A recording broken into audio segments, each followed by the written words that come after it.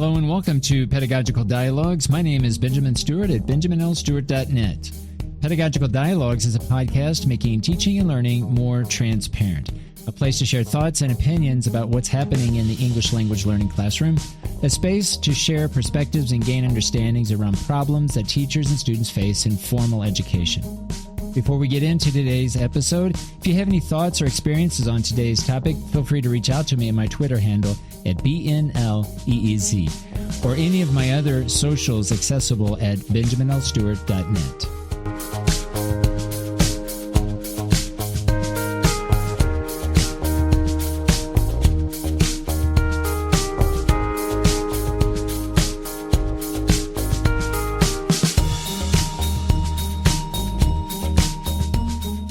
Hello and welcome to episode 129, the English Language Instructor Finding Flow. Today I want to share with you a recent talk I gave at the MEX-TESOL Regional Conference here in Aguascalientes on March 5th, 2022. I talk about some of my process and how I go about organizing my time, managing my time in terms of classes that I teach, and also ways that I go about linking information that I have and sharing that publicly. So without further ado, here is a recording of that talk. Hi everyone, welcome to the presentation in English Language Instructor Finding Flow by Benjamin L. Stewart. Benjamin L. Stewart is a full professor in ESL teacher training at the Universidad Autónoma de Aguascalientes with an interest in transparent professional and network learning. He holds a PhD in education with a specialization in instructional and curriculum leadership and a master's degree in education. Curriculum Instructor Technology.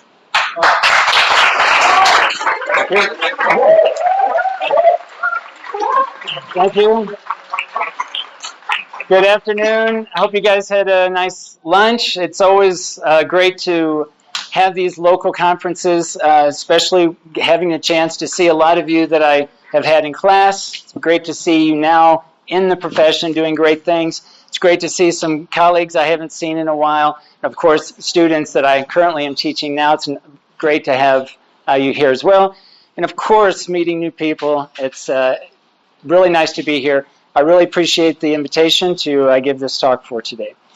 Before I start, I would like to share, if you do the Twitter thing, you can reach me at Twitter at my Twitter handle at BNLEEZ if you have any questions about what we talk about. I'm always interested in connecting with other teachers. If you like sharing your experiences, feel free to reach out to me via my Twitter. And this presentation that we'll look at here today is available if you would like, as well as all the references to what we talk about with this URL. You should be able to access this same presentation. Before I get into the topic of finding flow, right, I am specifically thinking of English language educators and also in pre-service, those who are studying to be English language teachers. But our focus today is going to be thinking about flow, finding flow. And I'm using these words, finding flow, deliberately to mean that it's not like, oh, I found it, I have it, I'm good, right? I'm done. It's a process, right? This presentation I've been working on here, this conference was originally scheduled for January. And this presentation, as it sits right now, is quite different than what it would have been last January, because my process, my flow, continues to change. So keep that in mind as we're going through some of the concepts here today and some of the opportunities we'll have today to kind of reflect on our own flow. And also keep in mind that what I share, my experiences with flow, will probably be different than your own process, right? And what I hope to do today is to give you some principles, a framework, some theory, but also some concrete examples of how you can take some of these ideas here and adapt it to your own. Now, before we continue, I'd like to ask a question. It's always good to start with questions, right? How many decisions, those of you who are teaching in the English language classroom, how many decisions do you think, educational decisions, do you think you make per day? If you ever had to really kind of think about it and say, okay, geez, I have 3, 4 classes, I don't know, however many classes, however many students you have, the planning stages, the implementation stages, the assessment. Anybody want to hazard a guess?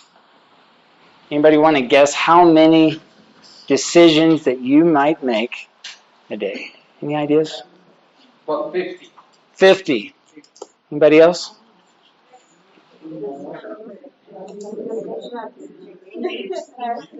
Lower? Higher? Anyone think 50? Right, so it's kind of hard to think throughout your day, right? How many decisions? Because it's an ongoing thing, right? It's in the moment. Next slide, please. Teachers make more minute-by-minute decisions than brain surgeons. So you should feel pretty good about that. And that is why you're going home so exhausted at the end of the day. Do you feel sometimes you get home and you're just fried? I know I do. I get home, I've got kids, so I'm trying to attend to them and my wife and all the other, my dogs, and my mind is exploded. It's fried. It's because we're making so many decisions. We make over. Somebody actually count. I don't know how they counted, but I'm just the messenger. But somebody's actually counting over 1,500 educational decisions per day. That's over 4 per minute. If you want to get down to the nitty gritty. Wow. I mean that's exhausting just to think about it. Because we don't probably think about it, because it's just an ongoing thing. In the moment, we're deciding every minute in class, for example. So today I want to give you some ideas about flow to kind of help accommodate, to think, okay, yeah, I make a lot of decisions, but I hope today I can influence some of your decision making for you to deal with your own flow, to understand your flow, to understand how you can be more effective, efficient, and engaging with your students. Next slide, please. So Csikszentmihalyi came up with this graphic, and I think it's a good way to really look at flow. Thinking in one column here, in one aspect, challenges, right? We know we have a lot of challenges, especially the last couple of years, but we also have our own skills. Okay, and so today I want to think about these two aspects, challenges and skills. And when I think about skills, I'm going to take some liberty here and expand this idea of skills to also include knowledge, right? What you know, skills, what you can do. Very important, your disposition, your attitudes, right? Has a huge influence on what you do and what you know. In terms of getting things done, we're going to use this term, getting things done, because this actually comes from a book from David Allen. So a lot of the concepts that we talk about here today are related to getting things done, because that's what we do when we're in flow. We get stuff done. So we're going to be looking at that. I first want to look, though, at some challenges. Now, keep in mind, some challenges are within our control. Some challenges are not within our control. So I think it's important to put that into perspective, to not feel sometimes overwhelmed with some of the challenges we face, because we all face a lot of challenges. Forget COVID, just a normal situation. There's tons of challenges that we face. So try to keep that in mind. Try to keep that perspective, thinking of what you can control and what is beyond your control. But let's take a look at a couple of challenges. And I don't need to show you the evidence in the theory about the challenges of COVID. We face it every single day.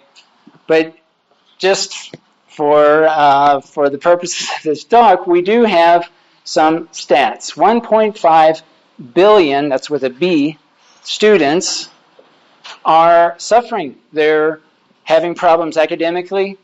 They're suffering from emotional situations. Their emotional health is at jeopardy. We now have this term like language loss. Some countries are being categorized by language loss. Like I think I heard Mexico, the language loss figure was like 18 months. Like students are behind 18 months. And every country has this figure this language loss, right? So this is something that comes in. This is a challenge that is on us in some way, depending on where we work, but certainly that this is a reality, right? Another challenge, heavy emotional demands on the part of teachers. I don't need to show you this. You know this. But if it gives you any peace of mind, like the evidence supports that, a lot of other people are going through a lot of stuff, to put it nicely, right? And so here we have our challenges. Some things we can control, some challenges we can't. In Mexico specifically, right, from the year 2019 to 2020, 10% of kids did not go back to school for the 2021 year. Again, it's a challenge. We see this in different ways, but this is our reality. 33% of kids, students, between the ages of 16 and 18, they're out of school. They haven't completed a high school degree yet. And so imagine schools are trying to get these kids back in, and adults. We're facing our own challenges, and this is our context. This is our situation currently. Now, finding flow addresses to put some of those perspectives of those challenges that we're facing to try to understand flow. And the first question I think is important to ask is why? Why flow? Well, understanding one's flow leads to optimal experiences. And this is what I want from each of you, is to find your path to reach an optimal experience. What is optimal for me, obviously, is not going to be optimal for you, but the idea is to be able to find these ways of working and learning and teaching and sharing in a way that is optimal for you.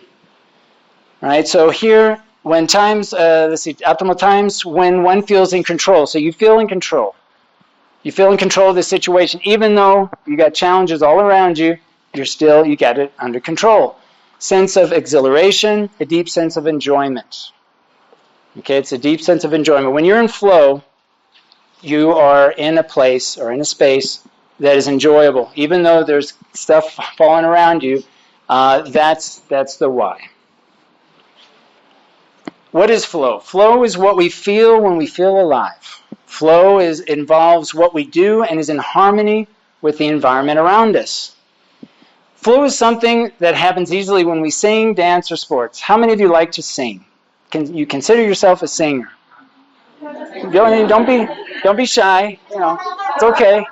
I'm not going to ask anybody to sing. Don't worry, I won't ask anybody to sing. How many of you play an instrument? A musical instrument? Okay. How many of you like to dance? I don't know. I like to dance, but I'm a horrible. But I like it. I like it. I'm not sure if I ever find flow, but I do like to dance. Okay. Sports, anybody likes sports? Okay? These are the common aspects where we find ourselves in flow because time doesn't exist. Maybe you've been in that situation where you're performing, maybe you're singing in a concert. You could be out there for 2 or 3 hours and time just flies. Right? But flow could also occur when you're at work, believe it or not. Okay?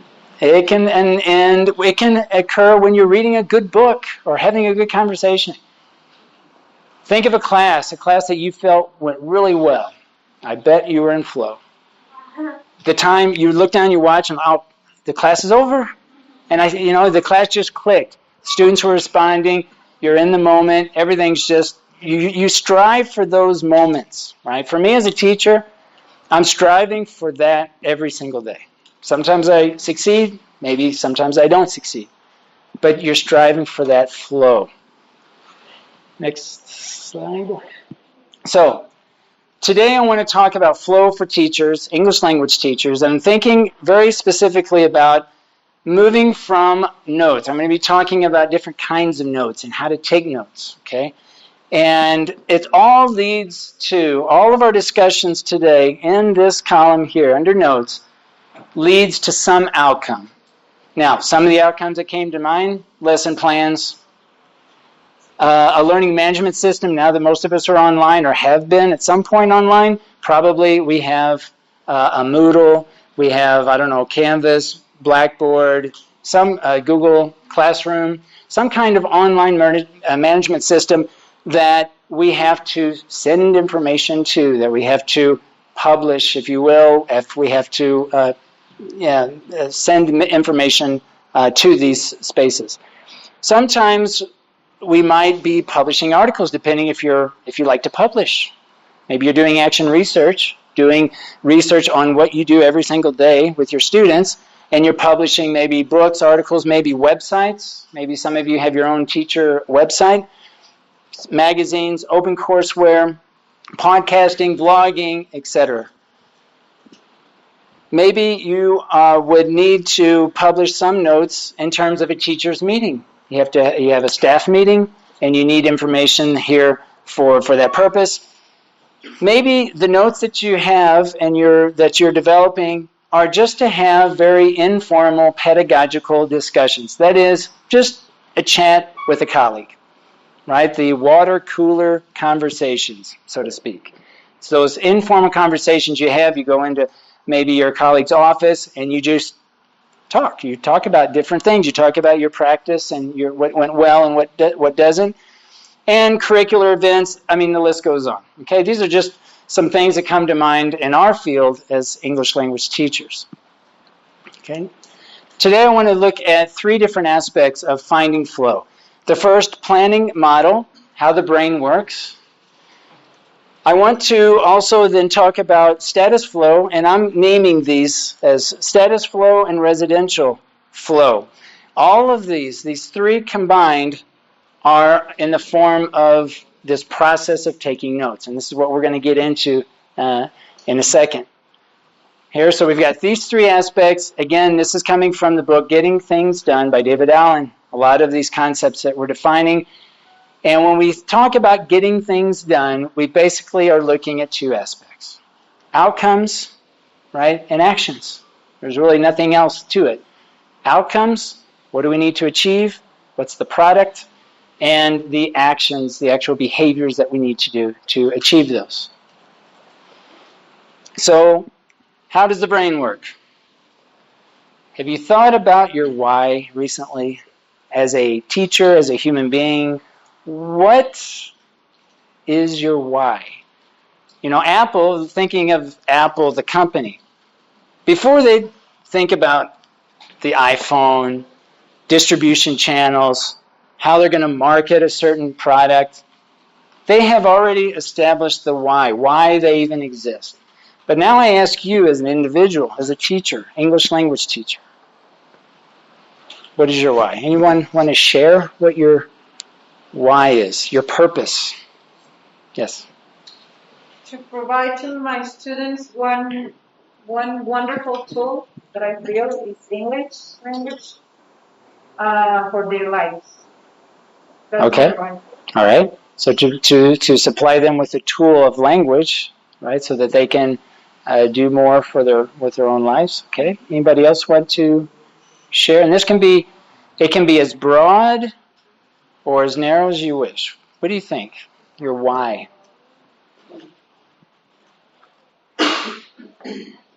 Because sometimes it's difficult. We think, what's my why? What's my purpose? I got to go to work. I have to teach 3 classes this semester. I got to make sure my grades are in, and that's all, part of it. But the purpose is more broad usually. It's a little bit more general.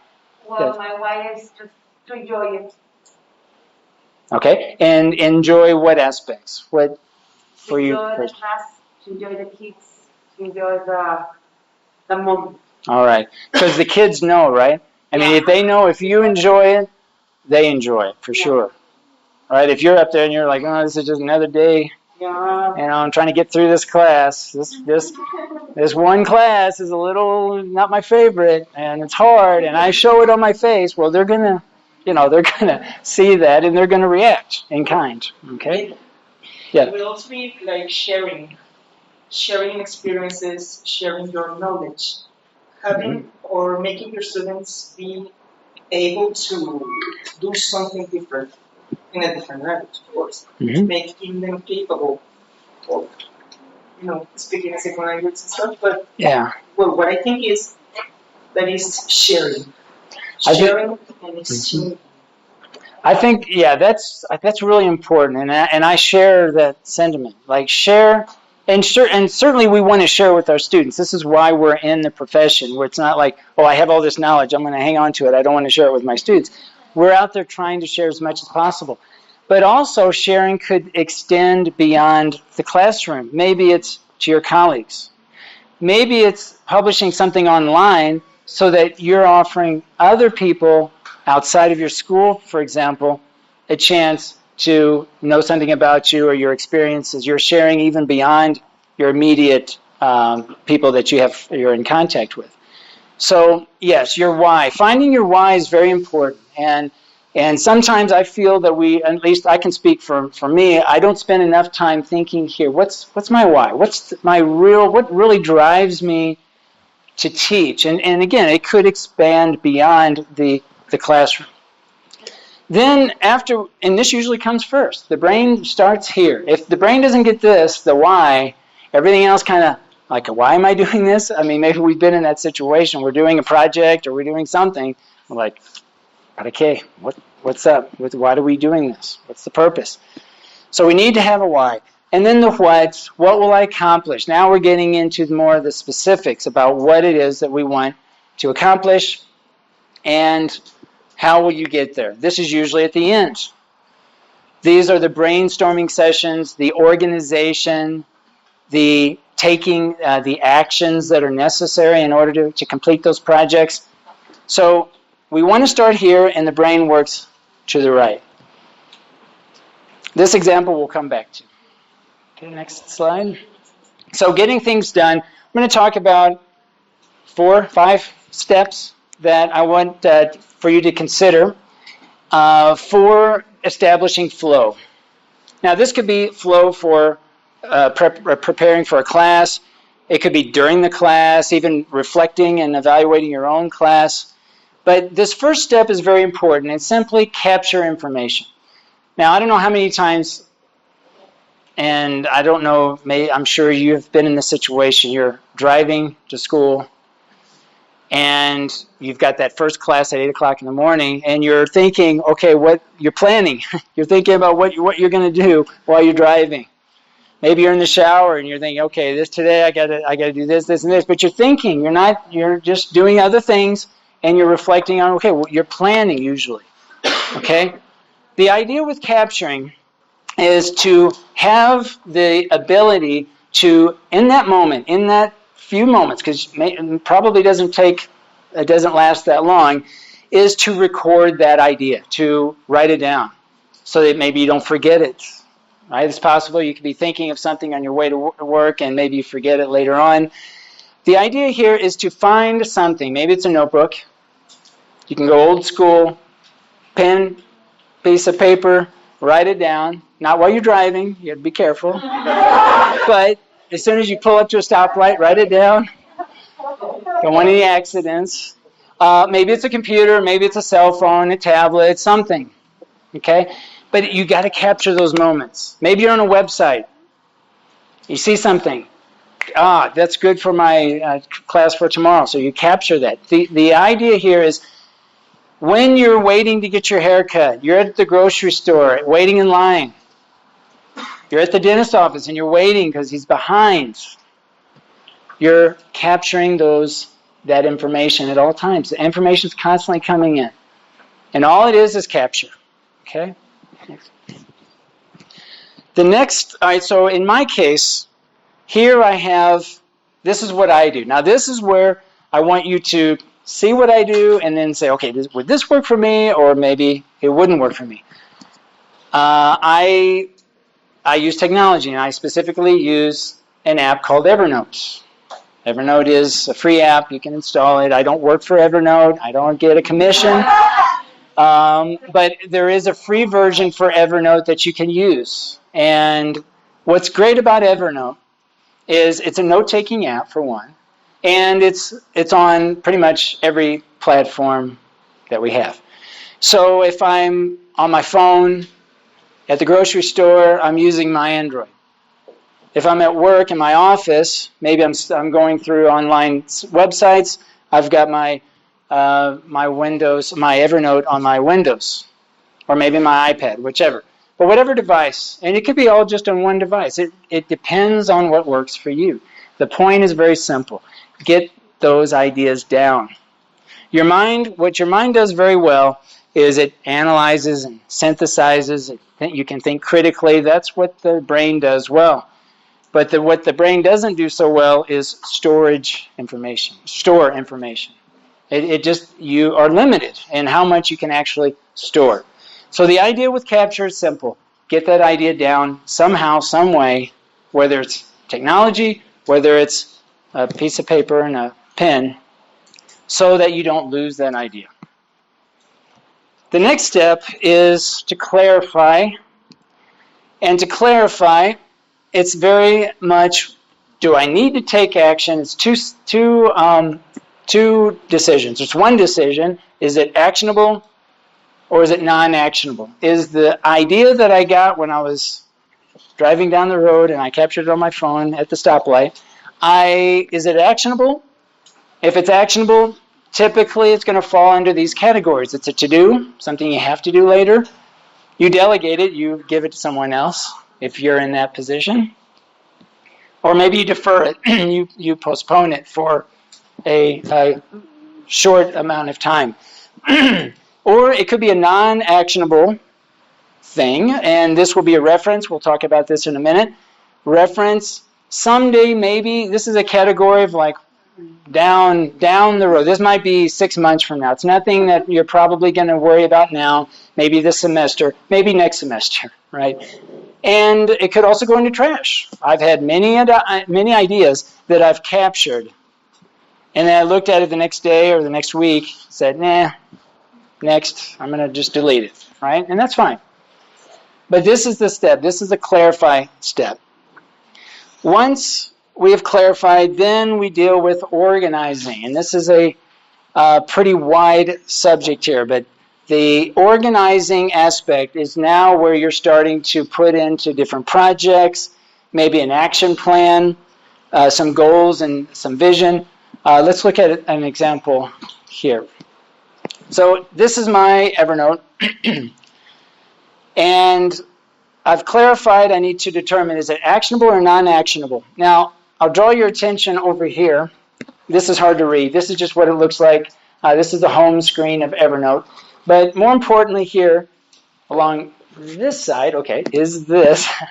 And you basically can establish what they call notebooks. Okay, so notebooks are basically spaces where you put notes. Okay, so one note will go into one of these spaces. A note cannot go in any more than one notebook. So here I have to clarify, is it actionable? If it's actionable, it's going to be probably somewhere under here in this category. If it's non-actionable, maybe it goes down into my literature notes. And we'll talk about literature notes here in a minute. But I want to draw your attention here to this process in Evernote, what it looks like. Is to clarify, it quickly goes into one of these notebooks. Now, this is just an example. If you're using this app or any other app, of course, you can call these whatever you want. You can design all of this. But I want to show you here is capture inbox.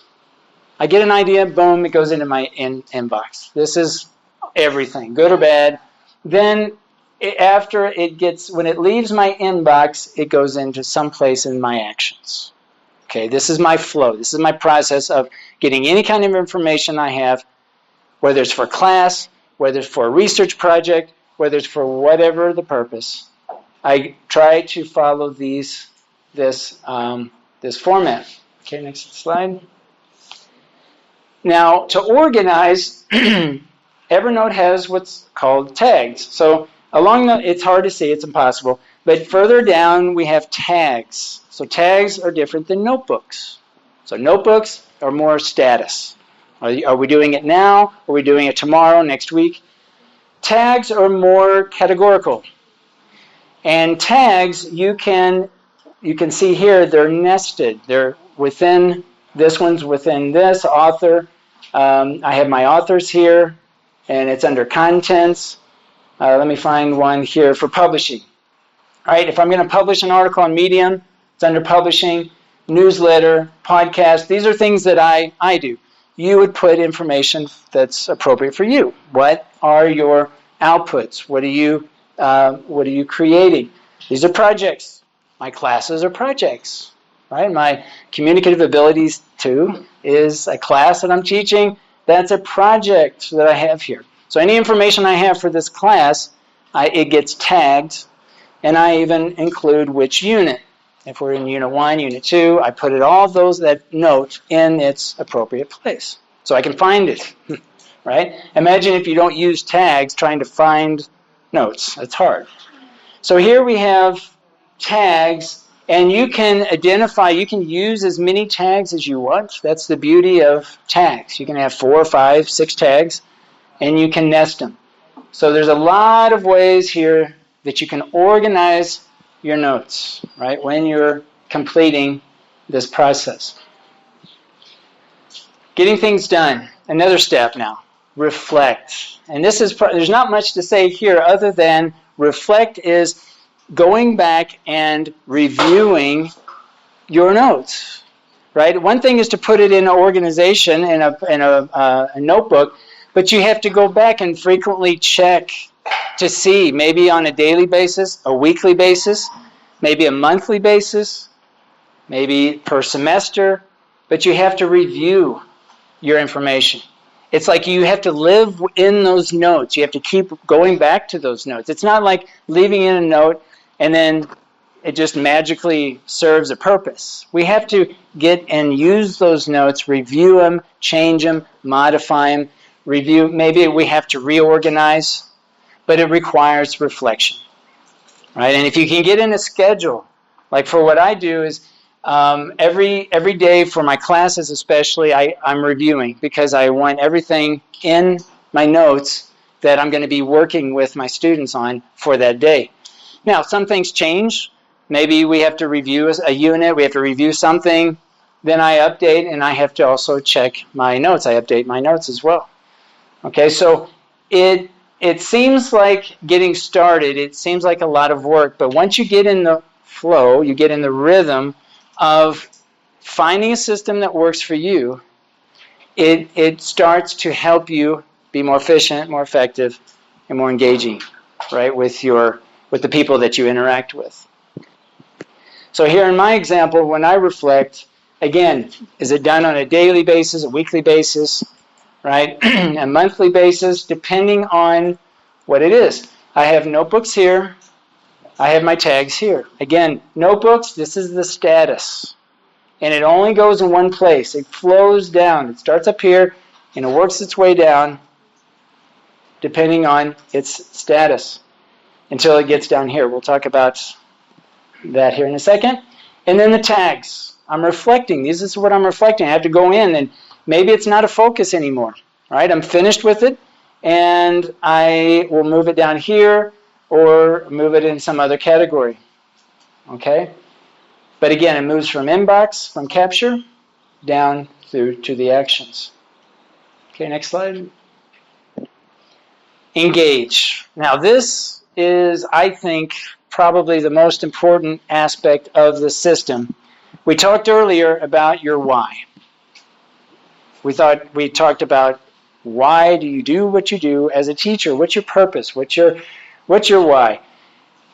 With getting things done, with this system, how will you decide what to do and what not to do and feel good about it?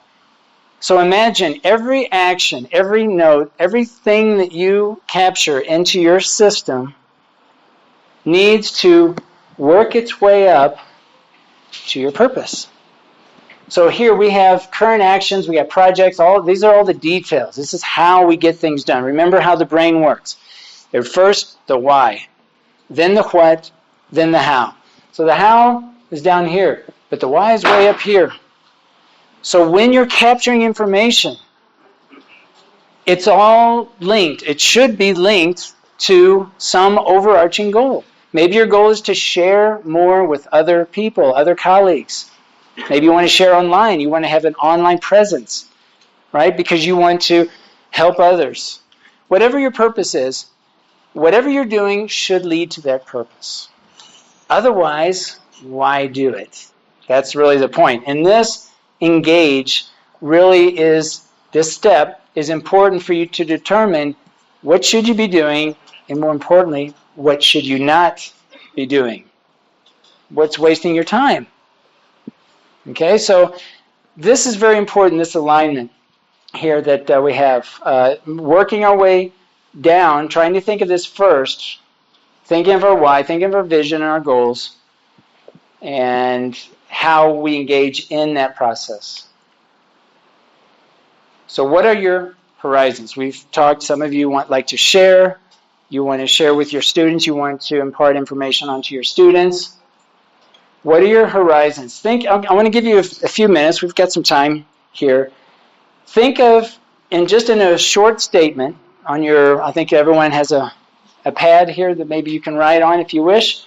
Your purpose, maybe a vision and a goal, and you can fill out as much of this as you feel comfortable with, but try to align these. Try to see what goals would I need to achieve this outcome or vision. What vision or outcome would I need to align with this purpose? And you can start from top down, or you can start from bottom up. Okay, I'll give you just a few minutes here to kind of reflect on this. Because again, if we don't have a purpose, a why, then the rest of our note-taking process feels like just extra work. It feels like this is not really worth it, right, to do it.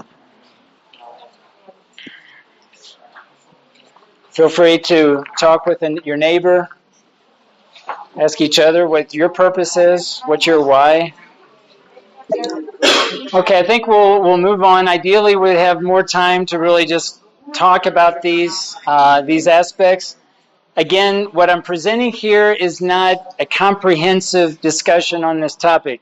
It's something that takes a lot of thinking and getting into really figuring it out.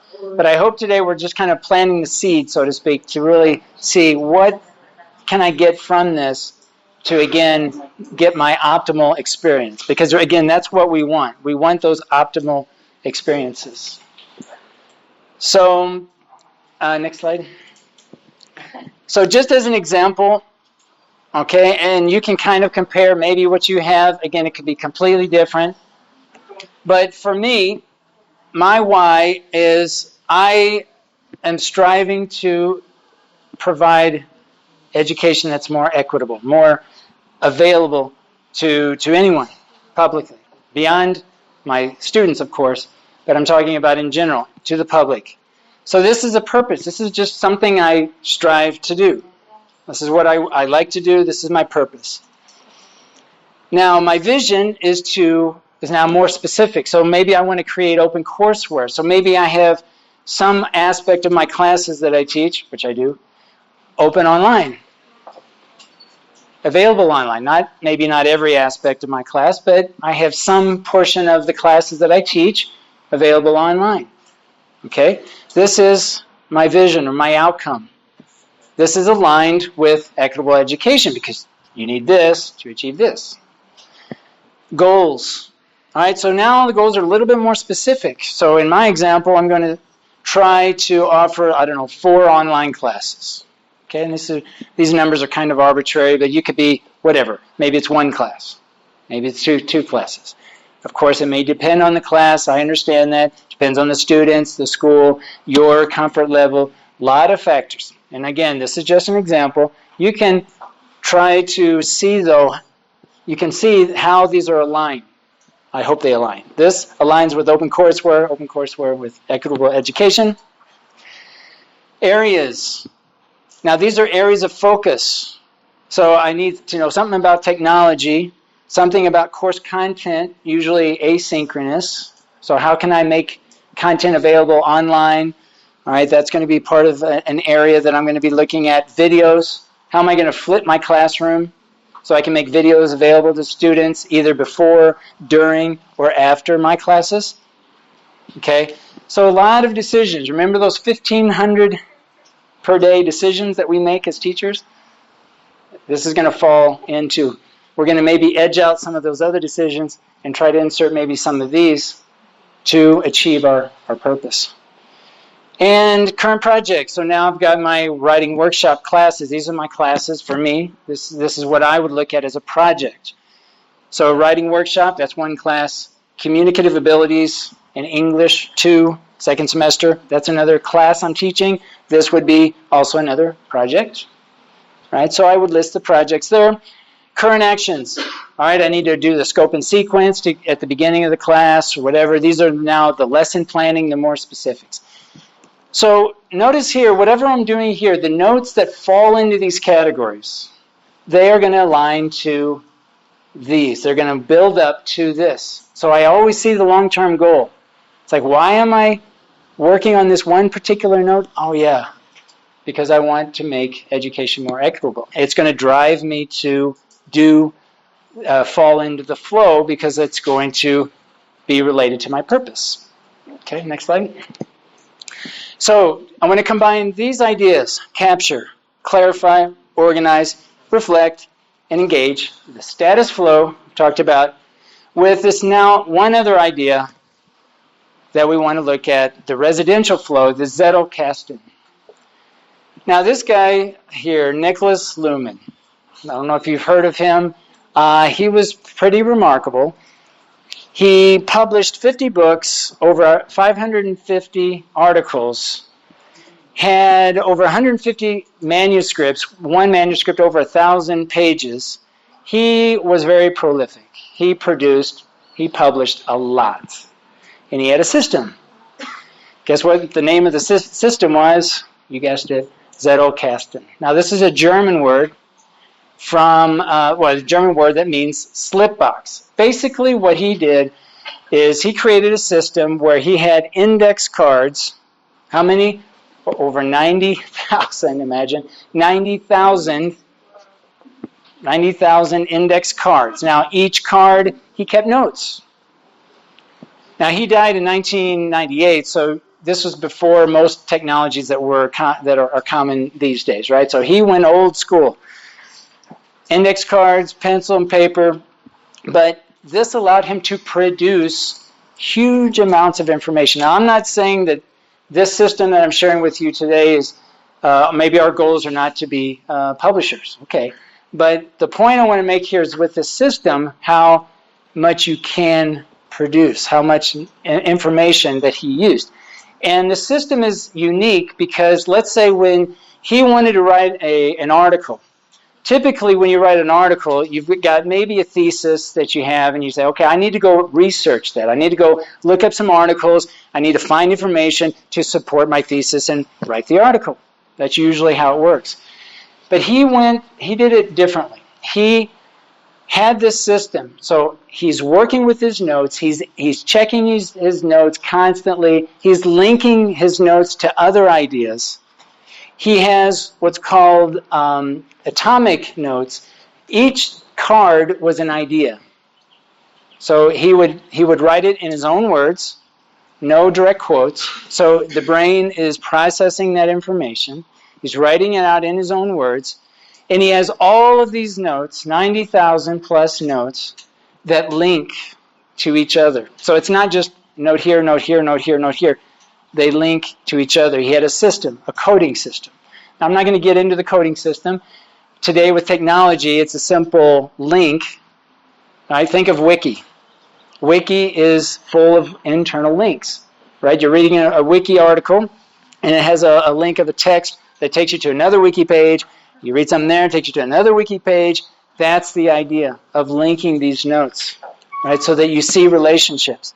And so his system he came up with this system so that he was so familiar with the information in his notes that writing an article was a piece of cake because he already had the information. He'd been in the notes, learning and making those connections.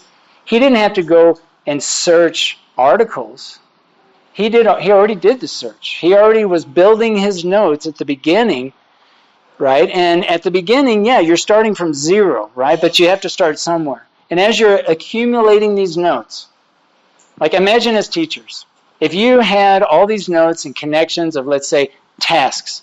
You had one note for a task that you do. You would have all these connected notes where that you could easily transfer that same activity to another class, maybe modify it a little bit.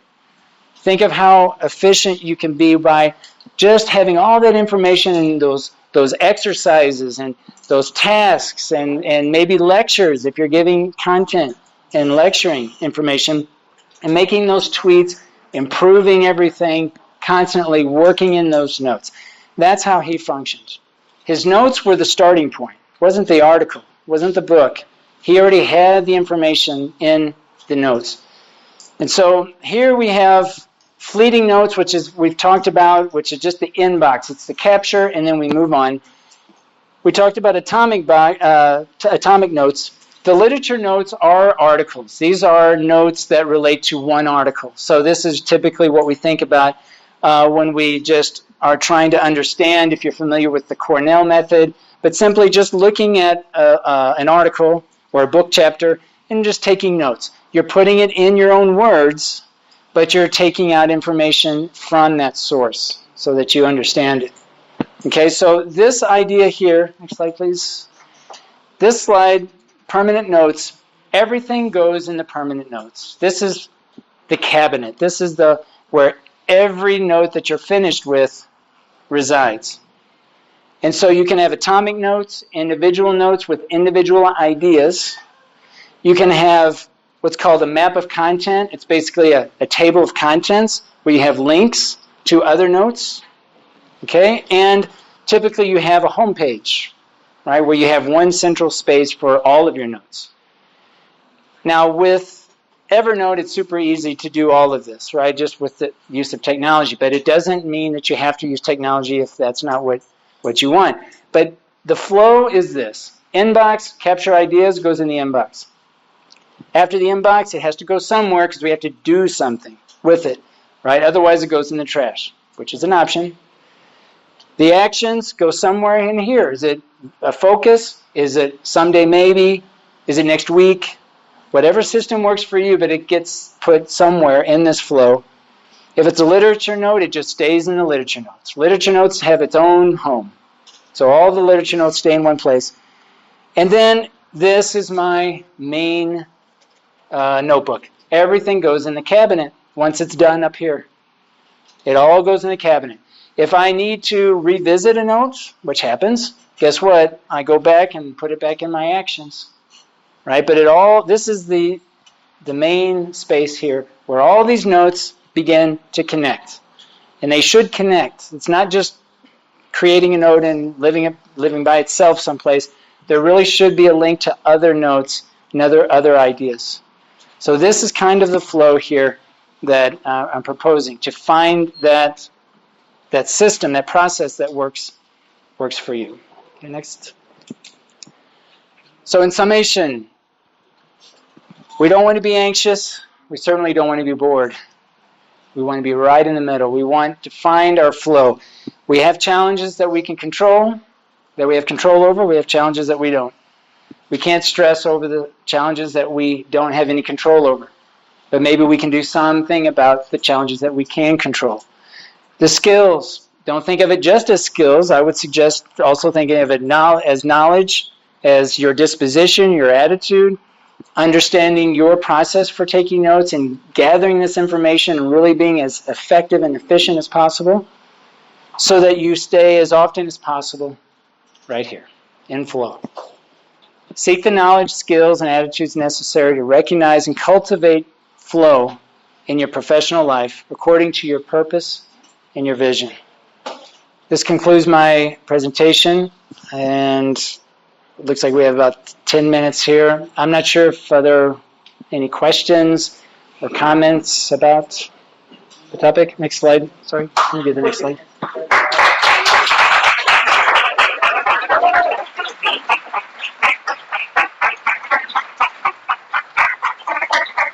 Yes. How do you avoid feeling overwhelmed by everything? Just when I ask that question, but what's your purpose? I have a million things that I consider my purpose. How can I manage that level of anxiety that I have constantly when I'm, at least in my professional life, that I'm always trying to do everything I can for the students, for example, for the government job, for the classes, for planning. I certainly don't have a method to categorize everything. I love it. I wish you could have, or you would have had time to talk more about it. How do you feel? How do you avoid feeling anxious and overwhelmed? I think that when you are thinking about the horizons, remember the horizons. So you have a purpose, and then everything builds down from there. So I guess my first question would be for everyone is to think, if you feel overwhelmed by your day-to-day job or your day-to-day activities, is to work your way up the horizons. To say, okay, first of all, let me focus on the why now. Do I have more than one why? Maybe. But you have an honest conversation with yourself about, okay, what is my purpose, and am I just at that level, am I just trying to do too much immediately right now? And start there. And then work your way down, because the question would be, is the problem that you have too many whys, or the problem is you have too many goals? Maybe you have one why, but goals are, right? So that's what I would suggest that you look at first, is to understand those horizons first, and try not to do too much. See what's realistic, but start with a why. Start with one, I would, and then build your way down and say, okay, what does this cover? What does it not cover? And do I still feel overwhelmed? And if I'm still feeling overwhelmed, take a look. Is it because of the vision? Is it because of the goals? Is it because of the projects? Maybe you just have too many projects going on, and you just have to say, look, I need to postpone it. Remember, it's built in the system here. Is we don't do everything today, right now. It's, okay, the actions. Remember the actions. What are you going to focus on now? Maybe it's a someday maybe, like next semester, 2 months, whatever. So you're putting the actions in the appropriate places based on your day-to-day. The last thing I would say is that the routines. You are what you do every day. You are what you do every day. So the routines, build those routines in that include something like this. This is my proposal. This is my persuasive piece, is to persuade you to build in your daily routine this some kind of flow technique, this note-taking technique, something that works for you, that you can easily gather information, do something with, and produce something, and be better for it, and someone else can be better for it. And try to find that flow. The input, the organization, and the output, the engagement, the relationships, right? It all fits together. But it's all about your purpose. So I think that's where I would start, is to find those horizons, understand your own horizons, and then see, okay, where am I trying to do too much? Projects, goals, vision, purpose. And then just see. And experiment and try different things, and just say, look, I can't, you're not able to do everything in the same day. You're going to have to figure out a system to say, okay, I've got short-term goals, I've got medium goals, and I've got long-term goals, and try to place your life in that sense so that you're a happier person for it. Otherwise, you're creating stress for yourself. And the last thing I'm proposing here is to add more work. It's actually trying to work smarter, not harder. Okay. Yeah. Okay. 5 more minutes. I think we'll stop there. If anyone has questions, please feel free to reach out to me. Of course, I'll be here. Come up, say hi if you want to talk about it. If you're interested in the presentation, you can access it using this link. All right. Thank you guys for attending. Thank you. Appreciate it. You've been listening to Pedagogical Dialogues, a podcast making teaching and learning more transparent. If you have any thoughts or experiences on today's topic, feel free to reach out to me on my Twitter handle at BNLEEZ, or any of my other socials accessible at benjaminlstewart.net.